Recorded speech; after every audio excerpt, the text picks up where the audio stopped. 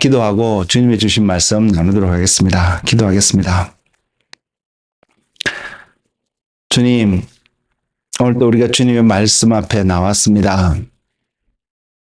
오늘 우리 귀에 들려지는 이 말씀이 주님으로부터 오는 것을 알게 하여 주시고, 그래서 그 주님의 말씀 앞에 입술로만 아멘으로 화답하는 모습이 아니라 우리 정말 온 마음을 다하여 온 힘을 다하여서 하나님의 말씀에 순종하며 하나님과 함께 할 수 있는 삶이 될 수 있도록 성령님 우리와 함께 하시고 인도하여 주시옵소서.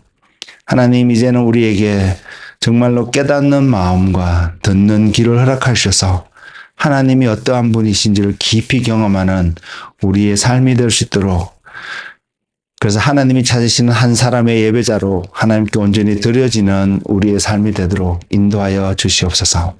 감사하고 예수님의 이름으로 기도드렸습니다. 아멘. 여러분, 성경을 갖고 계시면 마태복음 16장입니다. 16장 23절입니다.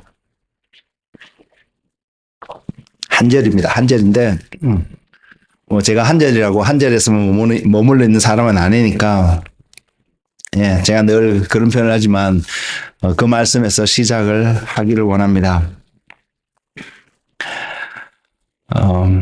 제가 말씀을 제목을요, 무엇이라고 붙였냐면 베드로와 가룟린 유다라는 제목으로 말씀을 정하게 되었습니다.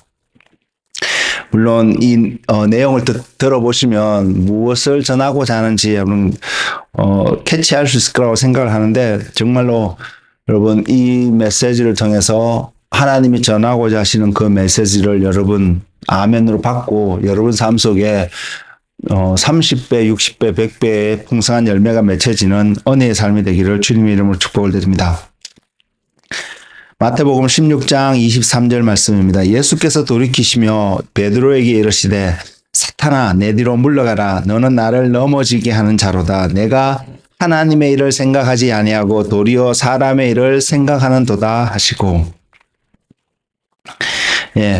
베드로와 가룟린 유다라는 제목으로 이렇게 말씀을 전한다고 이렇게 말씀을 드렸는데요. 제가 오늘 이 말씀을 준비하게 된 배경을 간략하게 말씀을 드리면, 몇 주간 되었습니다. 이번 주에 들어오면서 그냥 준비했던 말씀이 아니라, 언제부터인지 저도 기억이 나지 않습니다. 몇 주는 되었습니다. 한 몇 주간을 지나오면서 하나님께서 하나씩 생각나게 하시고 깨닫게 하신, 두 사람의 삶입니다. 그래서 오늘은 그것을 종합해서 이렇게 나누려고 생각하고 준비를 했고요. 또 지난 몇 주간 동안 나눴던 메시지 중에서 가끔씩 이 사람들의 삶을 살짝 언급하면서 지나왔는데, 그 모든 것을 종합해서 이렇게 나누기를 원하고요. 정말로 이 두 사람의 삶을 통해서 우리가 보아야 되는 신앙인의 모습을 분명히 볼 수 있는 은혜가 우리 가운데 있기를 원합니다. 제가 이런 질문을 드리며 시작하고자 합니다. 어떤 질문이냐면,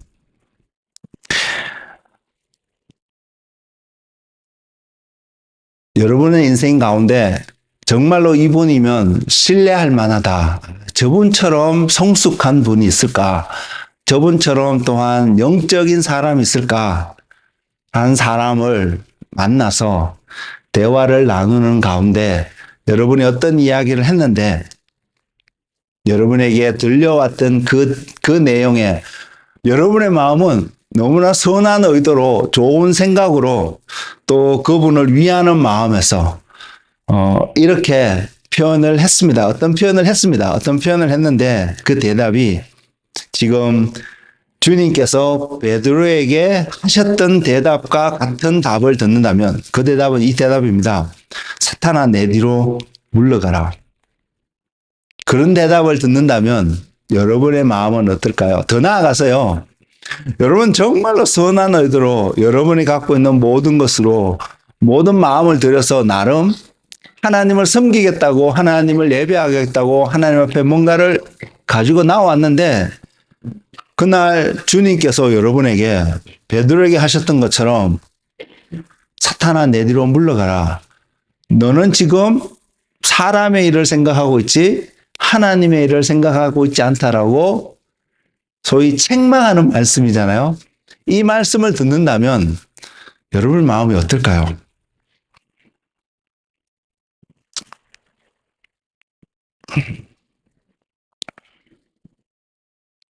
이 대답이요. 그냥 일상의 대화 속에서 그냥 나왔던 대답이 같으면 또 좀 다를 것 같은데 이 대화의 시작 부분이 참 기가 막힙니다.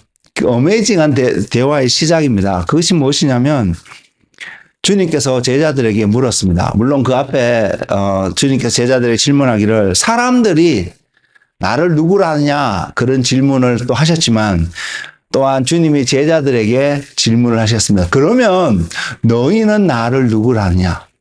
이런 동일한 질문을 우리의 일상의 삶 속에서도 늘 들어볼 수 있는 은혜가 있기를 원합니다. 그래서 여러분들이 이곳에 있기 때문에 내가 신앙생활을 하는 사람이 아니라 정말로 그 질문 앞에서 예수님이 저와 여러분에게 늘 너는 나를 누구라 하느냐라는 그 질문 앞에 베드로 사도가 대표적으로 대답을 했다고 말할 수 있고요. 우리 모두는 동일한 이 대답하기를 원합니다. 주는 그리스도시요 살아계신 하나님의 아들이십니다. 마태복음 16장 16절에 있는데요. 이 대답은 베드로 사도만 대답할 수 있는 대답이 아니라 예수님을 믿는 모든 사람들은 반드시 해야 되는 대답이라고 저는 믿습니다. 그리고 이 대답은 저는 이렇게 생각합니다.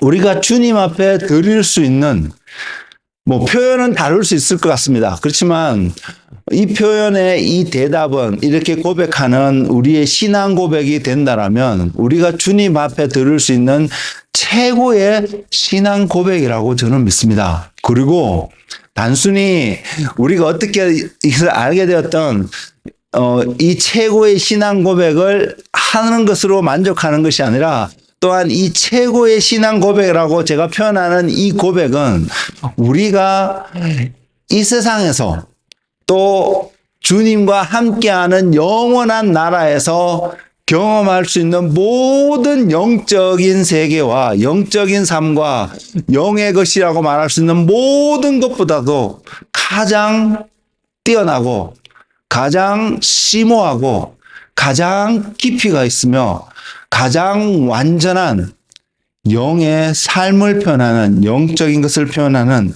하나의 고백이라고 저는 믿습니다. 물론 표현은 너무나 단순합니다. 주는 그리스도시요 살아계신 하나님의 아들이십니다. 저의 신앙의 상태와 여러분의 신앙의 상태와 누가 더 성숙하든 덜 성숙하든 전혀 상관없이 모든 사람들이 믿음 안에 걸어가는 모든 사람들이 경험하게 되는 그 얕은 곳에서부터 시작해서 깊은 곳에까지 있는 모든 영적인 생활들, 삶들, 현상들 그 모든 것을 경험해 볼 수 있는 한 말씀이 바로 이 말씀이라는 것입니다. 그리고요, 이 고백 없이는 아무도 우리는 그리스도인의 삶을 시작할 수가 없습니다. 그리고 주님께서 제자들에게 또 질문하시고 베드로를 통해서 이 고백이 고백되어지는 그 순간 우리가 너무나 잘 알고 있는 놀라운 말씀을 주님이 또한 하셨습니다. 먼저는 이것은 네가 이성적으로 생각하고 네가 분석하고 판별을 하고 모든 공부를 다 해서 공부해보고 알아보고 하니까 나올 수 있는 고백이 아님을 분명히 하셨습니다. 주님이 뭐라고 하시냐면 바요나 시몬아 내가 복이 있도다. 복이 있다고 하셨거든요. 이 고백을 하는 시몬에게 또한 이 고백을 하는 모든 그리스도인들에게 주님은 분명히 이 말씀을 하실 것입니다. 복이 있도다. 그리고 저와 여러분은 이 복을 정말로 알기를 원하는 그런 마음이 충만하기를 주님의 이름으로 권면을 드립니다.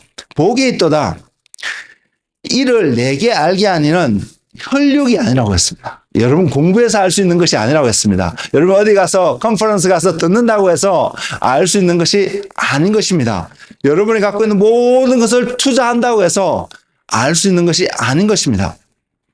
그러면 하시는 말씀이 혈육이 아니요 하늘에 계신 내 아버지시나 이것을 알게 하신 분은 하나님이라는 것입니다.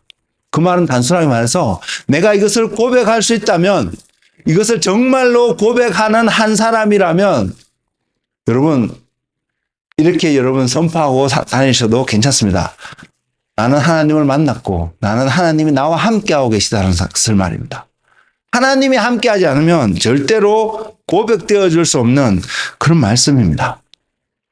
사도 바울은 에베소서 1장 16절 이하의 말씀 속에서 17절 이하의 말씀 속에서 이렇게 말하고 있습니다. 이것을 지혜와 계시의 영을 너희에게 주사.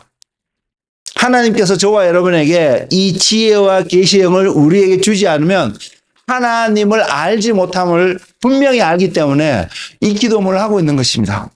그래서 저와 여러분이 하나님을 알고자 하는 마음이 있다면 우리가 무엇을 하든 이것은 빠뜨릴 수가 없습니다. 하나님이 깨닫게 하시고 하나님이 허락하지 않으면 알 수 없는 것이기 때문에 하나님이 저와 여러분 삶 속에 이것을 허락하게 해달라고 알려달라고 기도하는 태도가 우리에게 필요하다는 것이죠. 그래서 사도 바울은 에베소에 있는 교회에게 또한 후대에 믿는 사람들에게 이렇게 기도해야 될 것을 강조하면서 에베소서 1장 17절 이하에 그 말씀을 기도문을 적고 있습니다. 그리고요. 이것에서 하나님을 아는 것으로만 끝나는 것이 아니라 주님은 그 고백을 통해서 무엇을 말씀하고 계시냐면 더 놀라운 것을 이야기하고 있습니다. 또 내가 내게 이르노니 마태복음 16장 18절 19절에 있는 말씀인데요. 너는 베드로야 내가 이 반석 위에 내 교회를 세우리니 누구의 교회요? 주님의 교회요. 주님의 교회가 반석 위에 세워질 것을 분명히 말하고 있습니다. 저와 여러분이 신앙생활을 하고 있는 우리들의 삶 속에서 우리의 삶에 어떠한 경우든 반석 위에 우리의 삶이 세워지는 집을 세우는 그런 지혜로운 자가 되고 싶은 것이 우리의 공통적인 마음 아닐까요? 그런데 주님께서 분명히 말씀하시기를 반석 위에 내 교회를 누구의 교회? 주님의 교회를 세운다고 하셨습니다. 그리고 그 주님의 교회의 특징은 우리가 너무나 잘 알고 있듯이 업무의 권세가 이기지 못하는 교회. 이것이 한 특징입니다. 저와 여러분이 주님의 교회인 한 사람으로서 오늘날 교회에 참석하고 교회의 한 일원으로 세워져 가고 있으면 우리 안에 나타난 중요한 한 특징이 업무의 권세가 이기지 못하는 것입니다. 이것은 다른 말로 표현하면 죽음조차도 우리를 어떻게 할 수 없는 사단이 어떤 경우도 우리를 어떻게 할 수 없는 그러한 존재, 그 말은 승리할 수밖에 없는 존재인 것이 주님의 교회고 그 교회는 주는 그리스도시요 살아계신 하나님의 아들이십니다. 그 고백에 의해서 세워질 수밖에 없는 교회인 것을 분명히 이야기하고 있습니다. 그래서 우리가 주님의 교회라면 우리는 이 고백에 의해서 세워지는 것이 당연하고 이것이 출발점임을 놀라운 깊은 영적인 지혜와 계시가 그곳에 있는 고백이기도 하지만 그러나 시작점이 또한 그러한 것임을 우리는 가볍게 생각하지 않았으면 좋겠습니다. 그리고요, 주님이 또 뭐라고 말씀하시냐면 내가 천국 열쇠를 내게 주리니 내가 땅에서 무엇이든지 매면 하늘에서도 매일 것이요 내가 땅에서 무엇이든지 풀면 하늘에서 풀리리라 하시고 권세거든요. 이건 권세거든요. 이 교회가 갖고 있는 권세입니다.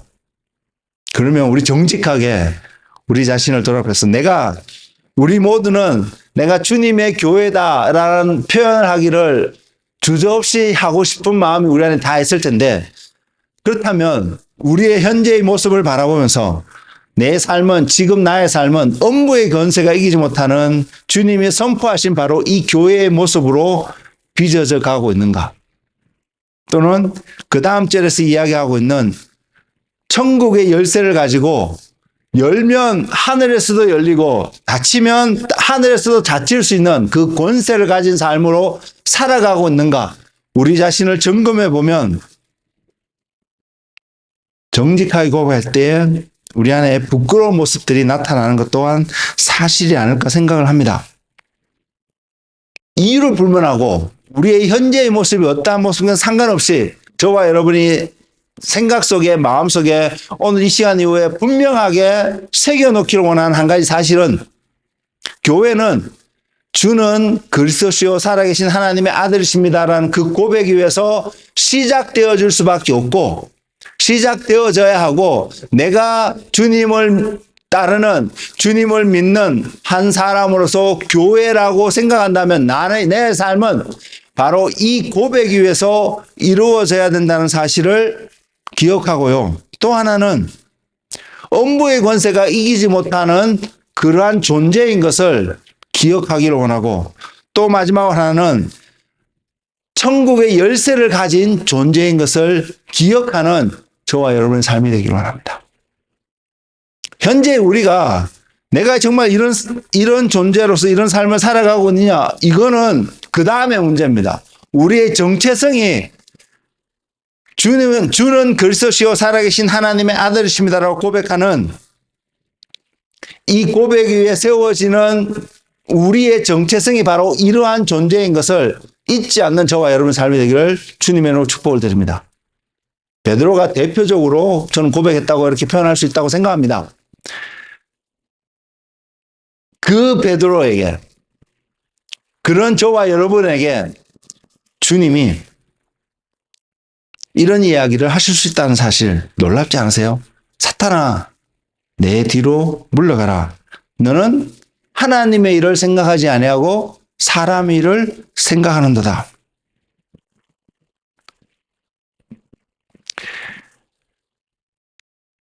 여러분, 우리 모두는 지금 오늘을 사는 우리들은 예수님이 왜 이 땅에 오셨는지를 잘 알고 있습니다. 모르는 사람들이 이곳에 없다고 생각합니다. 그 나누는 깊이의 정도나 그 모든 것들 경험하는 그건 다 다르다 할지라도 주님이 왜 이곳에 온지를 알고 있습니다. 그리고 주님이 그 오신 그 모든 스토리에 축약되어져 있는 것이 제대로 십자가가 있습니다만은 그 십자가라는 그 사건을 통해서 우리에게 메시지를 분명히 전해주고 있습니다. 근데요, 주님께서 제자들에게 주님께서 이 땅에 오신 진짜 목적을 말씀하기 시작한 부분이 바로 이 고백 이후의 사건이라는 사실을 여러분 알고 계세요?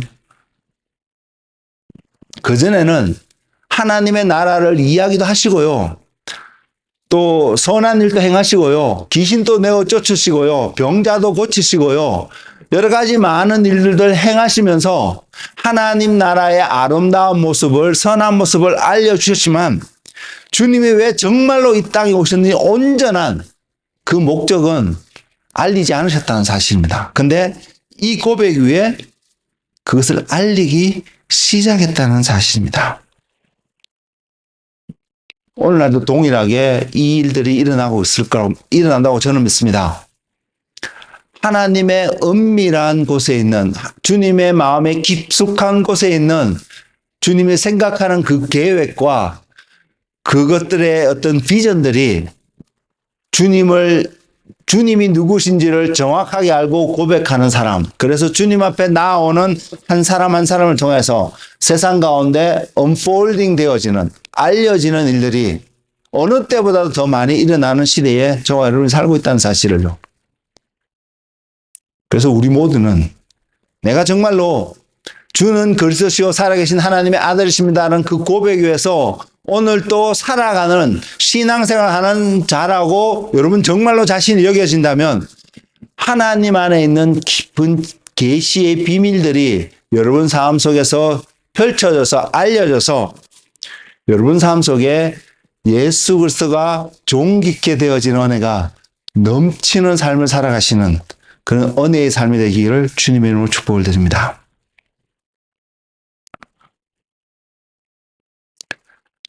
이런 놀라운 하나님의 것들이 풀어질 수 있는 그 깊은 이런 고백을 한 베드로에게 주님이 이 땅에 오신 일을 반대하는 자리에 베드로가 서게 됐다는 사실. 이게 충격적인 사실 아닐까요? 여러분, 이것이 충격으로 다가온 적이 있으신가요? 더 나아가서요. 분명 우리의 목적과 우리의 의도는 전혀 그렇지 않았다고 분명히 말할 수 있을 텐데, 우리의 어떤 표현들이, 우리의 어떤 반응들이 주님을 대적하는 자리에 갈 수 있다는 사실을 여러분 생각해 보신 적이 있으시나요?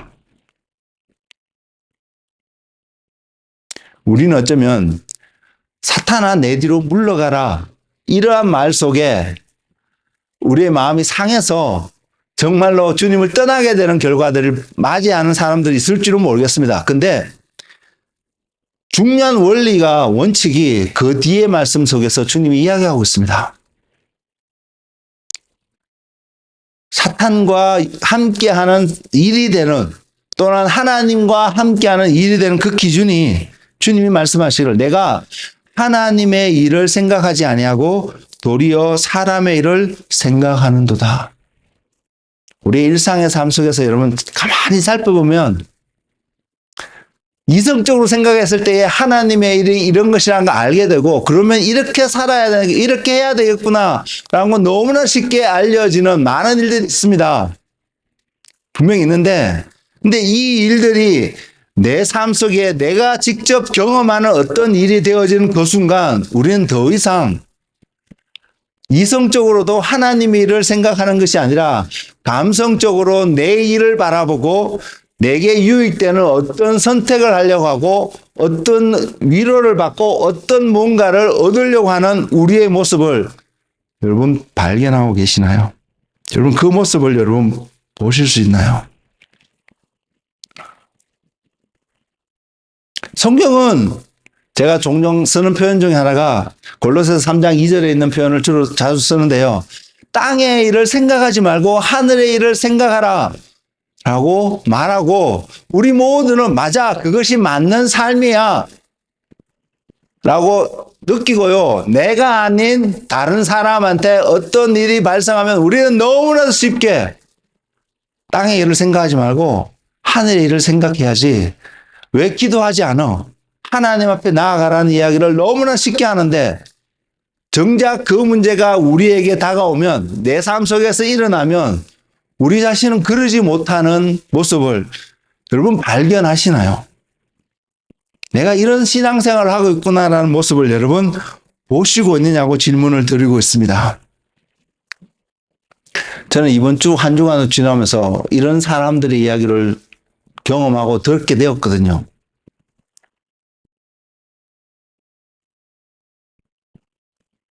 제가 어제도 제가 그런 표현을 저희 아들에게 그렇게 했습니다만 전 동일하게 여러분에게 그런 표현을 드리기로 합니다. 우리 모두는요. 통과해야 되는 시험의 어떤 문제들이 다 눈앞에 놓여 있습니다. 그 시험을 통과하는 길은 딱 하나입니다. 그 길은요. 여러분이 답을 정확하게 적을 때입니다. 정답을 적지 않으면 절대로 그 시험에 통과하지 못합니다. 그래서 저와 여러분은 정답을 적고 그 시험을 통과해야지 소위 성경에서 말하는 승리자의 삶을 그 면류관을 얻을 수 있습니다. 근데요, 제가 종종 경험하는 사람들 중에서 만나게 되면서 보게 되는 한 가지는 뭐냐면 다들 정답을 안 돼요. 정답을 안 돼요. 내가 지금 정답을 몰라서 묻는 게 아니래요. 근데 그들의 삶을 가만히 보면 아무도 정답을 적는 사람을 전 제대로 본 적이 없습니다. 여러분은 어떤 사람이신가요? 이런 말하는 저 자신도 자유로운 사람이 아닙니다.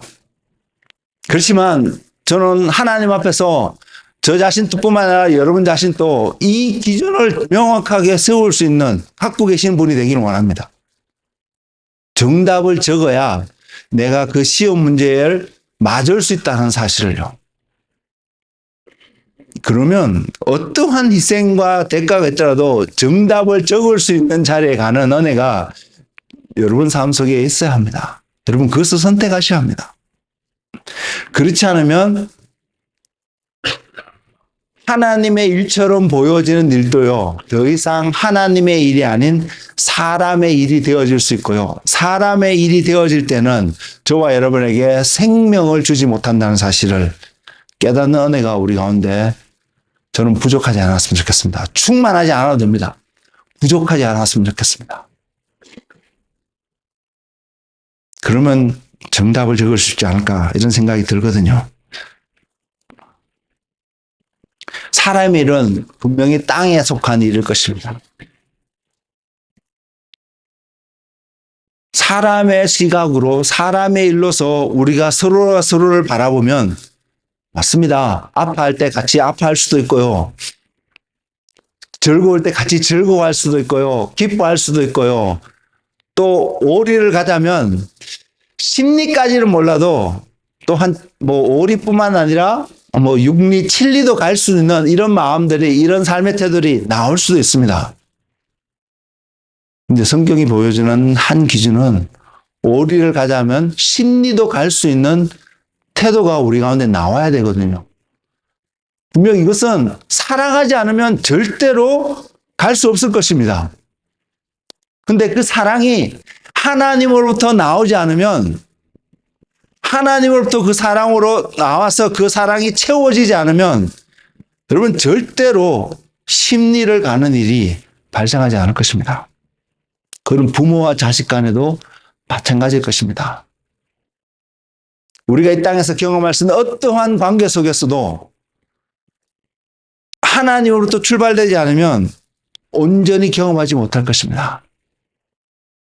그래서 하나님으로부터 오는 그 사랑을 가지고 우리가 서로가 서로를 바라보면 노를 해도 하나님의 마음으로 노를 하기 때문에요.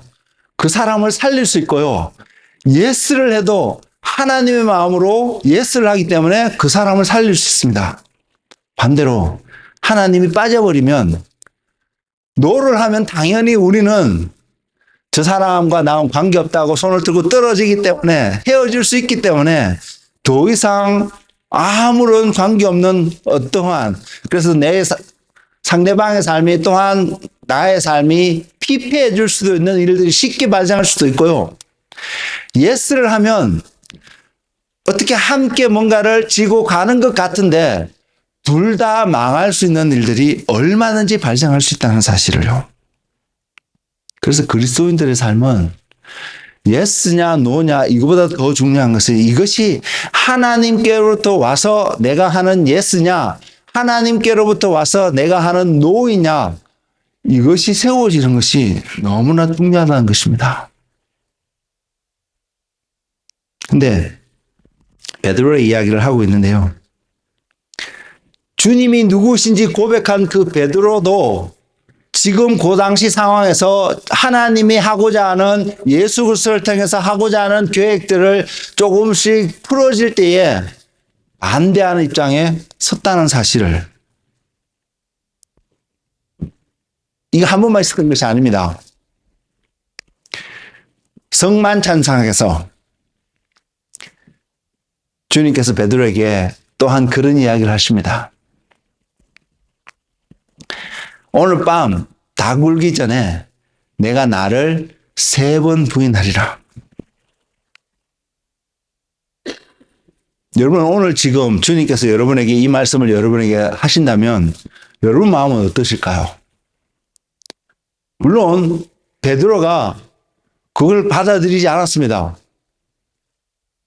뭐라고 표현했냐면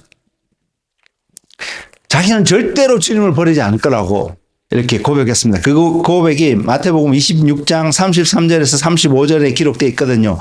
베드로가 대답하여 이르되 모두 주를 버릴지라도 나는 결코 버리지 않겠나이다. 이것이 저와 여러분이 쉽게 하는 고백 아닌가요? 여러분 이 말씀을 보시면서 한번 이렇게 생각해 보실 수 있나요? 아, 나도 이렇게 고백하지. 나도 이렇게 고백하는 사람이지. 여러분 그런 여러분의 모습을 종종 발견하지 않으시나요? 이 맞는 고백이잖아요. 이 맞는 대답이잖아요. 우리 당연히 이렇게 해야 돼요. 모두가 다 주님을 버리더라도 여러분 자신, 나 자신은 예수 그리스도를 버리지 않는 한 사람이 되는 것이 당연하잖아요. 당연한 고백을 하고 있습니다. 근데 예수님께서 베드로에게 내가 오늘 밤 닭이 울기 전에 3번 나를 부인하리라. 그러니까 베드로가 이르되 내가 주와 함께 죽을지언정 주를 부인하지 않겠나이다 하고, 베드로만 이 고백을 하는 것이 아닙니다. 그 대화 가운데 있던 다른 제자들도 동일하게 그 말을 하고 있습니다. 모든 제자도 그와 같이 말하니라. 마태복음 26장 35절을요.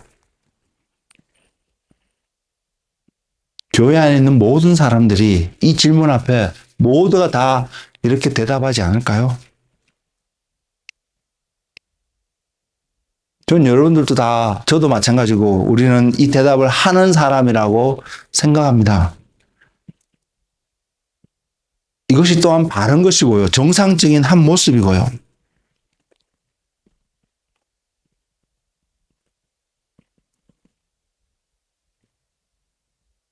또 한 제자가 있습니다. 오늘 말씀의 제목이 되는 가룟 유다요. 가룟 유다라고 나오는 이 사람. 우리 모두는요, 베드로와 같은 사람이 되고 싶은 마음이 분명히 있을 것입니다. 그리고 우리 여기 있는 어느 누구도 가룟 유다와 같은 자가 되고 싶은 마음은 한 사람도 없을 것입니다. 근데 베드로도 가룟 유다도 다 주님의 12제자에 속하는 한 제자였다는 사실 여러분 알고 계시나요? 우리가 경험한 주님보다도 가룟 유다가 경험한 주님의 그 경험들이 더 깊을 수 있는 사실, 여러분 자연스럽게 인정되지 않으시나요? 유다도 동일한 상황 가운데 직면하는 장면이 성경에 나옵니다. 그것도 성만찬식이에요.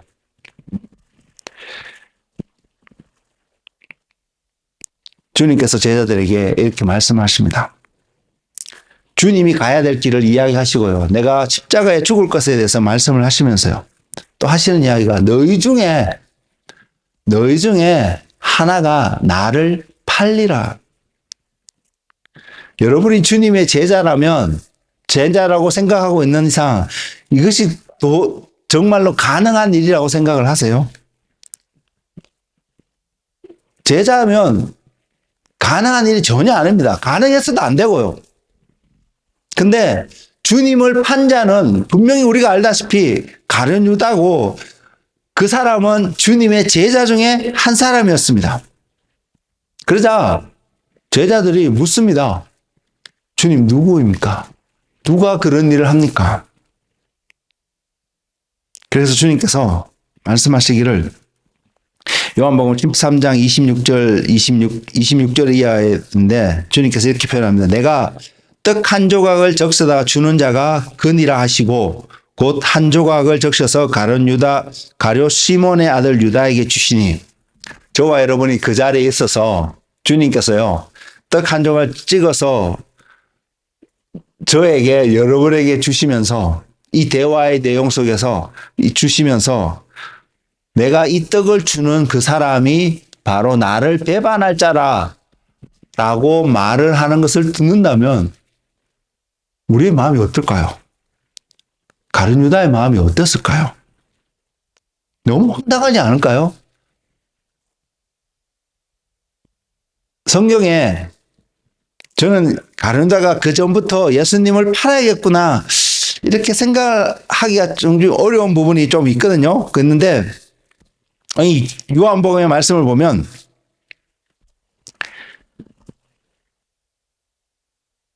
유다에게 주님께서 그렇게 했는데도 당시에 그 자리에 있던 12제자들, 적어도 12제자들은 주님이 어떤 의도로 어떤 말씀을 하고 계시는지 아무도 깨달지 못했다고 성경은 나오고 있습니다. 그리고요, 또 놀라운 일은 바로 그 다음 절에 27절에 조각을 받은 후에, 유다가 그 떡 조각을 받잖아요. 받은 후에 곧 사탄이 그 속에 들어간지라. 이에 예수께서 유다에게 이르시되 내가 하는 일을 속히 하라 하시니. 그리고 그 다음 절에 이렇게 표현하고 있습니다. 이 말씀을 무슨 뜻으로 하셨는지 그 많은 자 중에 아는 자가 없고, 상식적으로 말이 안 된다는 생각 들지 않으세요? 너희 중에 누가 나를 팔리라고 말씀을 하시고요. 그래서 제자들 누가 주님을 팝니까? 라고 질문할 때 주님께서 떡을 찍어서 내가 주는 그자다 라고 말씀을 하셨는데, 성경의 한 말씀이 이 말씀을 무슨 뜻으로 하셨는지 그 앉은 자 중에 아는 자가 없고 라고 표현을 하고 있다는 것입니다. 어떤 이들은 유다가 돈깨를 맡았으므로 명절에 우리가 쓸 물건을 사라 하시는지 혹은 가난한 자들에게 무엇을 주라 하시는 줄로 생각하더라. 이게 제자들의 생각이었습니다. 당시의 제자들이 어떤 생각을 했는지를 분명히 이야기하고 있습니다. 그것도 어떤 제자들요? 예수님과 함께 다닌 제자들인데, 이 어떤 제자들이라고 표현할 수 있냐면 주는 그리스도시요 살아계신 하나님의 아들이십니다라고 고백할 수밖에 없던 당시의 그 제자들요. 그런 생각 들지 않으세요? 저와 여러분도 동일하게 그 고백을 할 수 있는 사람들요. 근데 깨닫지 못했다는 것을 성경이 이야기하고 있다는 사실을 우리는 좀 생각해 봤으면 좋겠습니다. 떡을 떼어서 주시고 난 이후에 유다의 마음속에 사탄이 들어갔다고 성경이 기록하고 있습니다.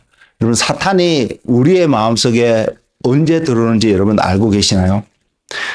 그는 함부로 우리의 마음속에, 사람들의 마음속에 들어가지 못합니다. 분명히 들어갈 수가 없습니다. 그랬기 때문에요, 그가 아담에게 처음에 왔을 때에 아담의 마음에 들어갈 수 있었다면, 바로 들어갈 수 있다면 바로 들어가서 자기의 소유물을 하고 자기의 종으로 만들 수 있을 텐데 그러지 못했다는 것입니다. 그래서 아담을 속였다는 것이죠.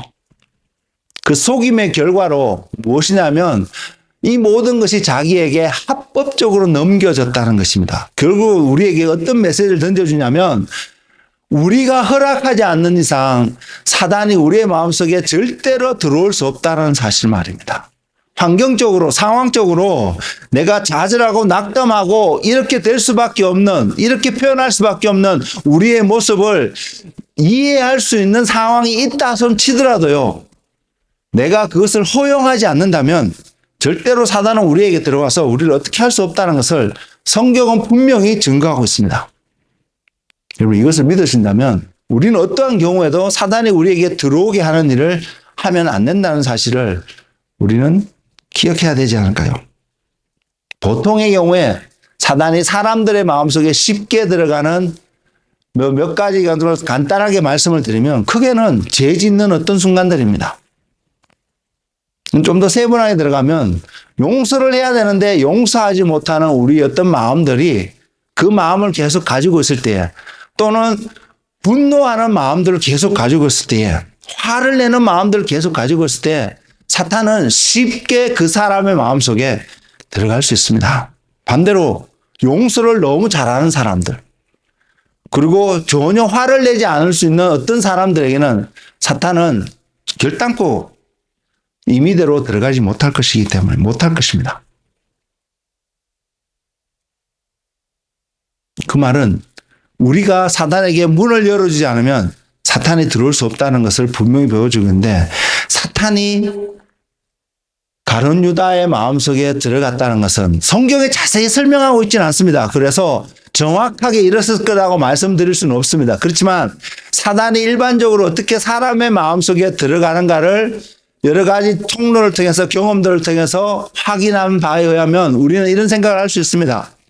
아, 유다가 사탄이 들어갈 수 있는 어떤 마음의 문을 열었구나 하는 것을요. 물론 주님이 그런 표현을 하셨습니다. 이 사람은 태어나지 않았던 것이 더 좋았을 뻔하였구나라는 표현도 하셨습니다. 누군가는 그 자리에 갈 수밖에 없음을 표현하는 성경의 말씀이기도 할 것입니다. 그럼에도 불구하고요, 가룟 유다의 모습을 통해서, 또한 우리가 일상에 경험하는 삶의 모습을 통해서 확인할 수 있는 것은, 아, 우리도 동일하게 쉽게 그 자리에 갈 수 있구나. 근데 그 자리에 가는 사람들이 어떤 사람이냐면, 예수님을 전혀 모르는 사람이 예수님을 대적하는 이런 경우가 아니라, 예수님을 안다고, 예수님께 배웠다고 말하는 저와 여러분과 같은 사람들이 쉽게 예수님을 대적하는 자리에 갈 수 있다는 사실요.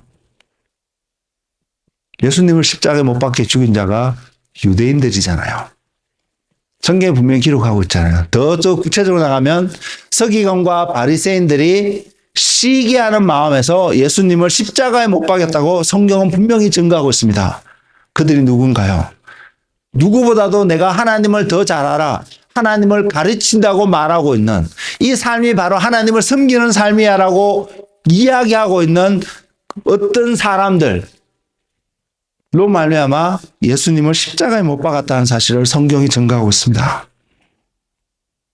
우리라고 그러지 않을 만한, 우리는 나는 절대 그러지 않을 거야 라고 말할 수 있는 자신감이 우리 안에 생길 수 있을까요? 원래부터 주님을 대적했던 사람들이 주님을 대적하고 원수가 되어서 원수이기 때문에 주님을 십자가에 못 박혔다면 쉽게 이해할 수 있다는 사실입니다.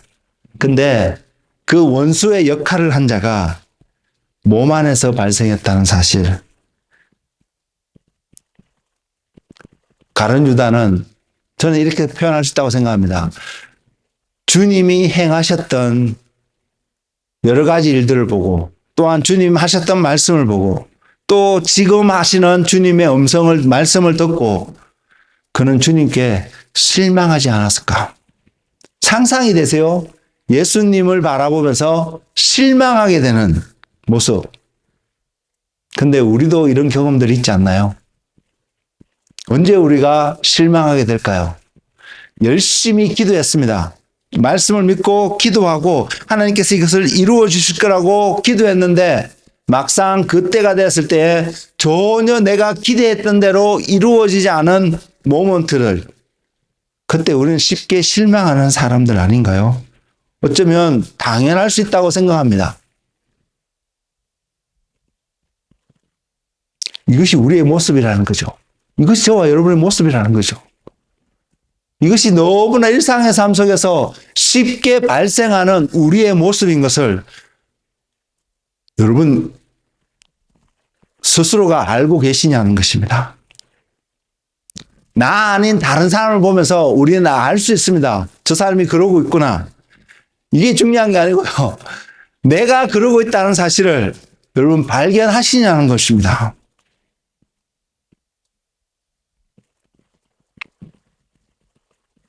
이 상황을 보면요. 베드로도 가룟 유다도 동일한 상황. 어떤 지금 그들이 처해 있는 어떤 환경을 봤을 때 주님이 이런 말씀을 하시니까 좌절되고 낙담될 수도 있는 어떤 상황.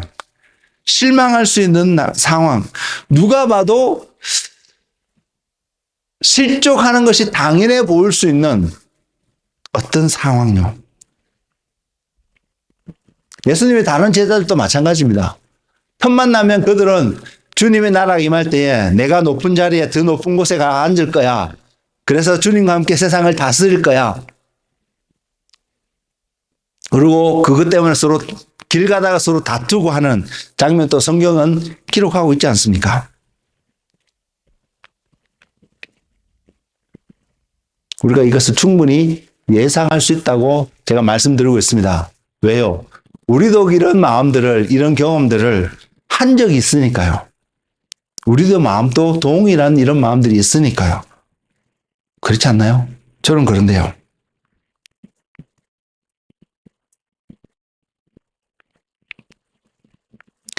누가복음 22장 61절에요. 잡혀가신 주님, 고난받고 계신 주님과 베드로가 눈이 마주치는 장면. 이 패션 오브 크라이스트 그 장면을 참 잘 묘사하고 있거든요. 누가복음 22장 62절에 이렇게 기록되어 있습니다. 주께서 돌이켜 베드로를 보시니 베드로가 주의 말씀 곧 오늘 닭 울기 전에 내가 3번 나를 부인하리라 하심이 생각나서. 자, 요 장면을 생각해서 바라보면요. 베드로가 3번을 부인했음에도 불구하고 깨닫지 못하고 있는 어떤 장면이라고 말할 수 있거든요. 근데 주께서 돌이켜 베드로를 보시니 주님이 그냥 베드로를 보았기 때문에 베드로가 깨달았을까요? 아니잖아요. 베드로와 주님의 눈이 마주쳤다는 것을 암시하고 있지 않을까요? 베드로가 그의 마음속에 예수님이 나를 보고 있구나라는 것을 그 자리에서 느낄 수 있었다는 것을 분명히 내포하고 있습니다. 그러니까 베드로가 생각이 난 거죠. 예수님이 나에게 이런 예언을 하셨지. 어떤 예언요? 네가 오늘 밤 닭이 2번 울기 전에 내가 나를 3번 부인할 거라. 베드로는 극구 절대로 그럴 일 없습니다. 다른 사람이 다 주를 버릴지라도 나는 주와 함께 죽을지언정 주를 버리지 않고 주를 따라가겠습니다라고 고백했던 사람입니다. 근데 그것이 생각나서 베드로는 밖에 나가서 통곡했다라고 성경은 기록하고 있습니다. 동일한 사건보다 비슷한 사건이 가룟 유다의 마음속에도 있었습니다. 마태복음 27장 3절에서 5절 말씀에 있는데 그때에 예수를 판 유다가 그의 쟁죄됨을 보고 스스로 뉘우쳐. 이 말은 무엇이냐면요. 결국 유다가 제사장들한테 가서 내가 예수를 너에게 넘겨줄 테니 너는 나에게 얼마 줄 거냐. 이런 딜을 하잖아요. 그래서 예수님을 언삼십에 넘겨줬습니다. 그리고 예수님이 분명히 잡혀가는 그곳, 데리고 온 군병들과 다 짜서 내가 입을 맞추는 그 사람이 예수 그리스도니까 잡아가라고 했습니다. 그 자리에서 놀라운 초자연적인 역사가 발생했음에도 불구하고요. 그 모든 것을 다 봤음에도 불구하고 예수님은 잡혀갔습니다. 그것을 다 봤을 거 아니에요. 그리고 예수님이 보통 고난, 신문 받으시는 그 모든 것을 어느 정도 분명히 보았습니다. 예수님이 정죄 받으시는 걸 보고 그가 스스로 뉘우쳐. 그 말은 뭔가? 내가 의로운 사람을 죽게끔 내어줬구나 하는 것을 알았다는 사실이잖아요. 그가 깨달았던 것이 알게 된 사실이 무엇인지 우린 분명히 이해할 수 있잖아요.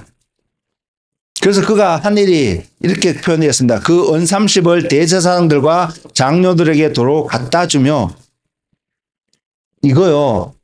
율법적인 어떤 한 행위를 하고 있는 것입니다. 율법에서 말하는 하나님 말씀이 말하고 있는 잘못하는 것을 돌이키기 위해서 그가 하고 있는 어떤 모습을 보여주고 있습니다. 이제 내가 무죄한 피를 팔고 죄를 범하였도다 하니 이 말은 어떤 의미로 우리에게 다가오시나요? 나름 내가 잘못했습니다를 인정하는 어떤 모습을 볼 수 있잖아요. 오늘 우리 언어로 쉽게 이렇게 표현할 수도 있습니다. 회개했다고요. 회개의 한 모습이 이런 모습이잖아요. 근데 유다가 한 행동과 베드로의 한 행동이 달랐습니다. 유다가 은을 성소에 던져놓고 물러가서 스스로 목매어 죽인지라. 대제사장과 그 무리들이 유다의 그런 뉘우침, 그런 회복하고자 한 유다의 어떤 나름의 노력들을 인정하지 않았습니다. 그들에게 이르되 그것이 우리에게 무슨 상관이냐 내가 당하라 하거늘. 그러니까 5절에 유다가 은을 성소에 던져놓고 스스로 물러가서 스스로 목매어 죽은지라. 베드로의 모습 속에서는 통곡하는 모습으로 성경을 기록하고 있고요. 가룟 유다의 모습 속에서는 자살하는 모습으로 성경을 기록하고 있습니다. 비슷한 상황을 지나가고 있는데 베드로는 이렇게 반응을 하고 유다는 이렇게 반응을 했습니다. 이 두 사람의 차이는 무엇이었을까요? 이것이 오늘 제가 여러분에게 전하고자 하는 메시지의 결론입니다. 그들의 차이는 과연 무엇일까요? 이것을 조금 알 수 있는 주님이 제게 깨닫게 해주신 것은 요한복음 21장에서 그것을 조금 알 수 있게끔 해주셨습니다. 요한복음 21장에서는 이런 장면이 나옵니다. 예수님과 베드로가 대화하는 장면. 요한복음 21장에 나타나신 예수님은 부활하신 예수님의 모습입니다. 그 부활하신 예수님이 베드로만 찾아간 것은 아닙니다. 당시에 그곳에 있던 갈릴리 호숫가 주변에 있던 제자들에게 주님께서 그런 질문을 하십니다. 베드로에게. 베드로야, 내가 나를 사랑하느냐? 주님이 오늘 여러분에게 누구야, 내가 나를 사랑하느냐? 라고 질문하신다면 여러분 어떤 대답을 하실 수 있고 또 하고 싶으세요? 우리는 알고 있습니다. 어떤 대답을 하는 것이 맞고 어떤 대답을 하고 싶고 또 그런 대답을 할 수 있는 사람이 되고 싶다는 것을요. 3번을 질문을 하셨습니다. 동일한 질문을. 3번째 질문에 베드로가 답하는 것을 제가 읽어드릴 텐데 첫 번째 질문에도 두 번째 질문에도 베드로는 똑같은 모습으로 똑같은 대답을 하고 있습니다. 요한복음 21장 17절에 베드로가 주님께 이렇게 대답을 하는데 저는 이것이 베드로와 가룟 유다가에서 나타나는 가장 중요한 큰 차이점이라고 믿습니다. 3번째 이르시되 요한의 아들 시몬아 내가 나를 사랑하느냐 하시니 주께서 3번째 내가 나를 사랑하느냐 하심으로 베드로가 근심하여 이르되 주님 모든 것을 아시오매 내가 주님을 사랑하는 줄을 주님께서 아시나이다. 예수께서 이르시되 내 양을 먹이라. 베드로가 뭐라고 되냐면 주님 모든 것을 주님께서 아시오니 내가 주님을 사랑하는 줄 주님께서 아십니다. 누가 안다고요? 주님이 아신다고요. 베드로가 의지하는 대상은 누구인지 보세요. 예수 그리스도입니다. 주님입니다. 그전에는요. 이 말씀을 통해서 제가 깨닫는 것은 그 이전에는 맞는 고백을 했습니다. 당연히 그렇게 해야 되는 것이 맞는 고백입니다. 근데 그때는 그 고백대로 베드로가 하지 못했습니다. 근데 지금 요한복음 21장 이후에 베드로의 삶은 성경은 기록되지 않습니다. 그냥 전해오는 이야기에 들으면 그래서 그것이 영화로 되어서 나온 코바디스 도미네라는 그 영화도 나와 있습니다만은 예루살렘 박해를 피해서 예루살렘을 떠나는 베드로 가운데 주님께서 베드로를 만납니다. 그리고 베드로가 주님께 질문하는 그런 내용들이 나옵니다. 영화의 한 장면입니다. 주님 어디로 가십니까? 그자? 너가 버리고 떠나는 예루살렘으로 내가 죽으러 다시 간다고 주님이 그렇게 표현하시는 그 장면 속에서 베드로가 깨닫고 돌아갑니다. 돌아가서 베드로가 말하기를 주님은 십자가에 똑바로 돌아가셨지만 나는 그럴 자격이 없다고 거꾸로 목매어 달라고 죽을 수 있었습니다. 그 힘이 어디서 나왔을까요? 그 힘은 분명히 주님을 사랑하는 그 마음 속에서 나올 수밖에 없는 힘인 것을 우리는 분명히 알 수 있습니다. 저와 여러분은 그 일을 할 수 있을까요? 베드로는 어떻게 그 일을 할 수 있을까요? 요한복음 21장에서 주님께 고백하는 그 고백도 또한 마태복음 16장에서 또한 어디죠? 만찬석상에서 마지막 그 주님과 식사하는 그 자리에서 주님의 말씀 앞에서 고백했던 그 고백도 우리 모두는 항상 그 고백을 해야 되는 존재인 것을 우리는 분명히 압니다. 근데 앞에 두 고백 속에서는 베드로는 그렇게 살지 못했습니다. 그러나 마지막 요한복음 21장에서 나오는 그 내용 속에서는 베드로가 그 고백대로 살았다는 것을 알 수 있습니다. 그건 어떻게 그런 표현을 할 수 있을까요? 마태복음 16장에서 나오는 고백과 그때 그 태도 그대로 요한복음 21장에서 나오는 장면 속에서 고백을 한다면 내가 주님을 사랑합니다. 주님, 제가 이 사람들보다도 내가 주님을 더 사랑합니다. 내가 주님을 위해서 죽음의 자리까지도 가겠습니다. 라는 그 고백이 맞는 고백이지만 또한 앞에서 나왔던 것과 동일한 태도에서 나오는 고백 아니었을까 생각을 합니다. 근데 지금 여기서는 21장에서 요한복음 21장에서 베드로는 그 고백을 하고 있습니다. 내가 주님을 사랑합니다라는 고백을 하고 있습니다.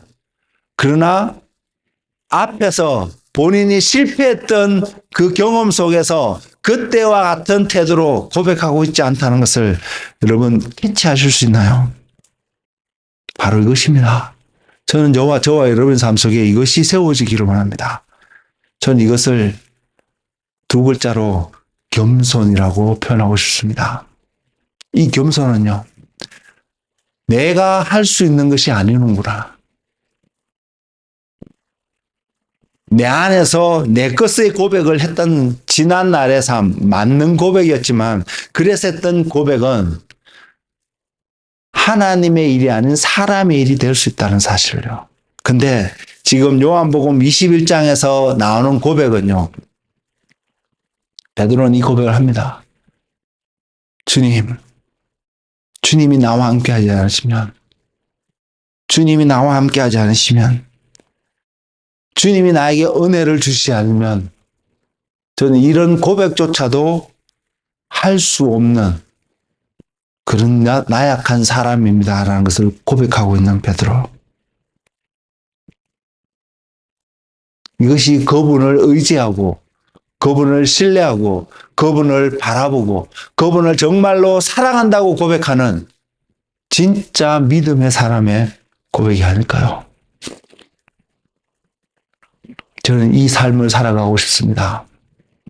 전 주님 앞에 왔을 때도 이런 고백을 드릴 수 있는 한 사람이 되었으면 좋겠습니다. 우리의 모습 속에서는 이 사람이, 이런 삶이 얼마나 하나님 나라를 위한 삶이 되었을까? 퀘션할 수 있는 삶이었다 할지라도요, 주님 앞에 갔을 때는 정말로 주님을 사랑했던 자라고 인정받는 그 삶이 제게도 여러분에게도 충만하게 나타나는 한 사람의 삶이 되기를 소망합니다. 시편 123편 2절에 이런 말씀이 있습니다. 상전의 손을 바라보는 종들의 눈같이, 여주인의 손을 바라보는 여종의 눈같이 우리의 눈은 여호와 우리 하나님을 바라보며 우리에게 은혜 베풀어 주시기를 기다리나이다. 사랑하는 성도 여러분, 사울 왕은 이것을 못했습니다. 사울 왕은 이것을 못했습니다. 반대로 다윗 왕은 이것을 했습니다.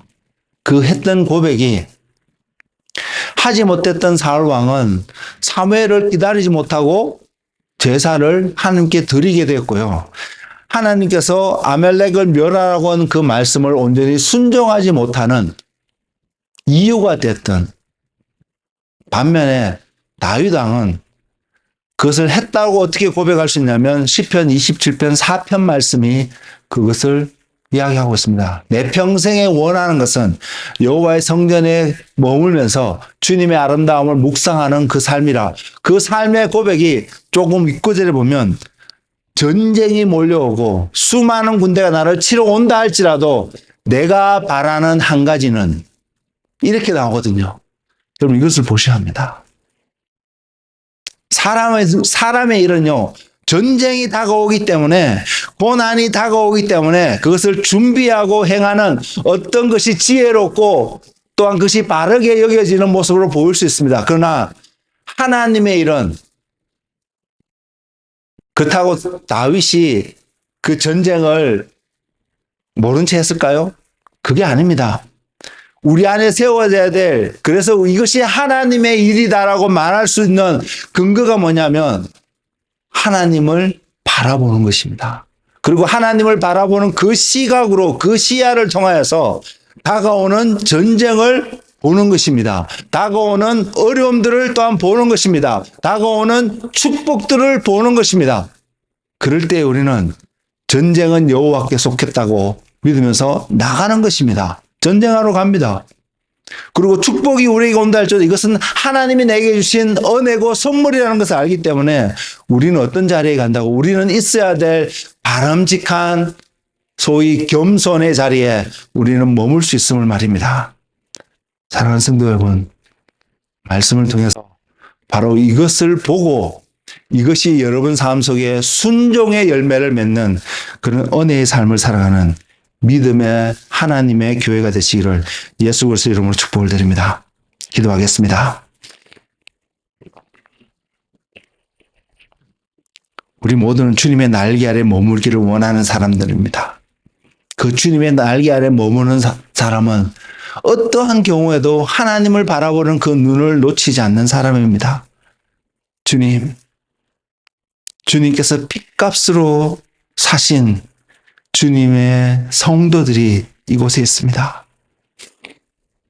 주님, 우리들에게 바로 이 눈을 열게 하셔서 어떠한 환경과 상황 속에서도 하나님을 바라보는 그것을 게을리하지 않는 믿음의 사람이 되게 하셔서 그 시각을 통하여서 그 과정을 통하여서 다가오는 일들을 바라볼 때에 축복이면 하나님께 영광을 올려드리고 어려움과 고난의 모습이면 강하고 담대하게 서서 하나님께서 우리를 위해서 싸우시는 그 하나님을 바라보라고 외치며 나아가는 믿음의 용사들이 되게 하여 주시옵소서. 그래서 음부의 권세가 이기지 못하는 교회가 되게 하시고 땅에서 매이면 하늘에서도 매이고 땅에서 풀면 하늘에서 풀리는 그러한 권세를 가지고 예수 그리스도 이름을 세상 가운데 선포하며 드러내며 살아가는 주님의 제자들이 되게 하여 주시옵소서. 그래서 주님이 겸손의 왕으로 표현되어 주신 것처럼 우리 모두가 바로 그 주님을 온전히 닮아서 주님과 연합되어지는 주님의 몸된 교회가 될 수 있도록 주님 축복하여 주시옵소서. 예수님의 이름으로 기도드렸습니다. 아멘.